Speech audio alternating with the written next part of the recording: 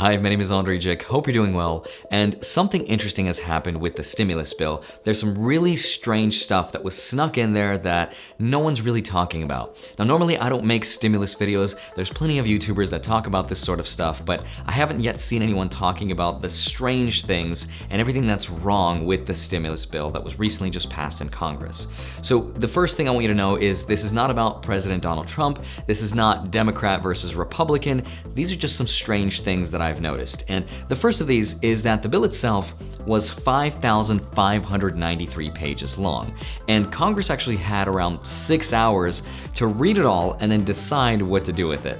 Now, I don't know about you, but if I was to read a book that had that many pages in it, it would take me a good couple months to read through it. But the problem is, and what's really throwing me off is this. If you go to the bill right now and you look at this for yourself and you search for the following keywords, you will see it for yourself. It's very, very strange. So the word aircraft appears in the bill 208 times. The word weapon appears 46 times. The word munition also 46 times. Wait, what are all these weird weaponry words? What about things we actually need, like healthcare? Well, that only appears 24 times in the bill. What about forbearance? That's only 11 times. Nurse, that's only 3 times. Doctor, twice. Mask, 0 times. So I want to give credit to Alan McLeod, who was one of the first few people to tweet this, and I thought it was really strange where Congress is sort of putting their priorities. And as far as we know, we are paying for this bill long term, and we should definitely know what's included in it. So I want to give you a quick breakdown of what's actually inside of this bill. One of the bigger items on this list, for example, is on page 471 for weapons procurement for the Navy, and that's for production, modification, and modernization of things like torpedoes and missiles and other forms of weapons and support for the equipment of the Navy in the amount of $4.4 billion that's going to be available through September 2023. On page 278, we're giving $2.1 billion to the Air Force for procuring more weapons, plus an additional $2.3 billion to the Space Force for procuring lightsabers. Now, for procuring spacecraft and of course rockets. But remember, this is in addition to the fact that we approved the military for $740 billion just 2 weeks ago, which also included a controversial 3% pay raise.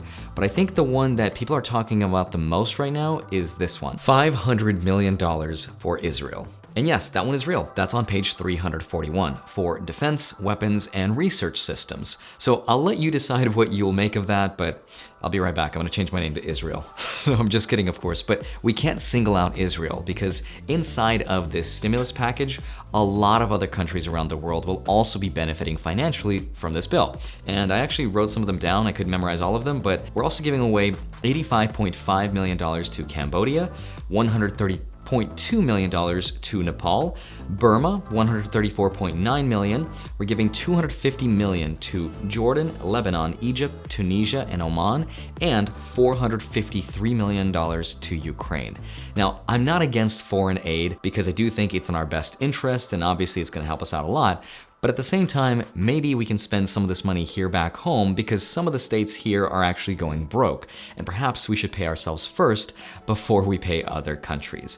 But if that doesn't sound strange to you, then this next one will. This isn't even a joke. This is included in the 5,500 page bill, and it's a policy about the succession or the reincarnation of the Dalai Lama. And I know that sounds like a joke, like I just made that up on the spot, but I promise it's in there. It's on page 5,098. And I know the reason we included it is because we wanted to challenge China's ability to select who the new Dalai Lama is. And I understand that it's a very important thing to protect the religious and cultural freedoms of people in Tibet that were invaded by China in 1950. But I do wonder who the congressman was who thought that it was appropriate and it was the right time to put that in the bill. Weapons for us, weapons for our friends, tax breaks for billionaires. How much stimulus for the people? Just give them like $600. Oh, but make it illegal to stream pirated videos, punishable by up to 10 years in prison. Good one, Goyle. Oh, and don't forget to include the policy about the reincarnation of the Dalai Lama. So here's the actual truth behind why this stimulus bill is so strange and why the internet is blowing up and talking about all of this. The reason is because we were only supposed to have a $900 billion relief bill, but Congress knew that it was so divided that it could never pass on time. So instead, it combined that one along with a $1.4 trillion omnibus spending bill, which was supposed to be voted on to keep the government from shutting down. But again, in order to pass the two on time, they merged the two together. And that's why we had this weird support for all these weapons and foreign aid, and that's why it's so complicated and long. Now, if you're wondering whether that was a result of our Congress being incompetent or what happened, personally, I think this was very much by design. Because Congress knows that it is so divided that trying to pass these two bills independently would never happen on time. And if we didn't pass the omnibus $1.4 trillion spending bill on time, that would have been the cause of a government shutdown. And that would have been very bad because now it's the end of the year, forbearances and other protection programs are expiring, and that wouldn't have given us a relief bill on time either. And so what they did was they basically leveraged all these random clauses to represent special interest and used it as a bargaining chip to get this one giant bill passed on time. And if you disagreed with them, then you were that guy. You're against mass weapons manufacturing? Guys, this guy is against relief for the American people. So as far as what the actual stimulus bill contained, which remember was the $900 billion part of the $2.3 trillion budget, that would be the $600 stimulus check, which would pay a whole half of our month's rent, plus 11 weeks of enhanced unemployment. And the good news is that it's at least something. The bad news is that President Donald Trump said that he thinks that's too little, and he'd like for it to be closer to $2,000, which is great, except for the fact that he might now not sign the bill. But regardless of what happens, that would be an additional $370 billion roughly to include in the stimulus package, which is a lot of money, except in relation to everything else that we've included, maybe is not that bad. But overall, I think what this whole thing has revealed to us, and I think we're all smart enough to understand, is this one simple truth. If the government really wanted to help people and pass a stimulus bill quickly, this could have easily been a one-page bill. And all it had to have was just $2,000 for people making under a certain amount, extend enhanced unemployment, extend protections, and allow small businesses to get loans while excluding public companies, and help college students and people with dependents actually get money. Boom, done. I know it's not quite that easy, but it could have easily fit in a one-page bill with all of the nuances. But a 5,500 page bill?